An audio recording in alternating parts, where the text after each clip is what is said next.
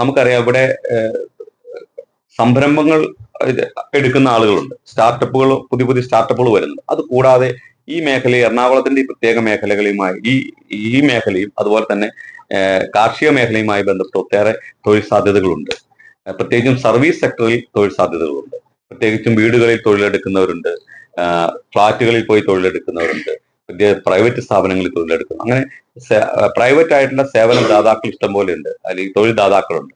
അവരെ കൂടി ഒരു കൊടക്കയിൽ കൊണ്ടുവന്ന് തൊഴിൽ കൊടുക്കുന്നവരും തൊഴിലെടുക്കുന്നവരെ ഒരു കൊടക്കയിൽ കൊണ്ടുവന്ന് ഒരു പോർട്ടൽ സംവിധാനം ഏർപ്പെടുത്തിക്കൊണ്ട് നമുക്ക് ജില്ലാ പഞ്ചായത്തിന്റെ ഐഡന്റിറ്റി, ഉത്തരവാദിത്ത തൊഴിൽ എന്ന ഒരു കാഴ്ചപ്പാടോടുകൂടി ഇവരെ എത്തിക്കുന്നതിന് വേണ്ടിയുള്ള ശ്രമമാണ് നടക്കുന്നത്. അങ്ങനെ ഒരു 5000-ഓളം, ഫസ്റ്റ് ഘട്ടത്തിൽ ഒരു 5000-ഓളം പേർക്ക് തൊഴിൽ നൽകാൻ കഴിയും. അതായത് സെക്യൂർ ആയ, വലിയ റിസ്ക് ഇല്ലാതെ തൊഴിലെടുത്ത് മാത്രം ജീവിക്കാൻ ഉദ്ദേശിക്കുന്ന ആളുകൾ നമ്മുടെ ഇടയിലുണ്ട്.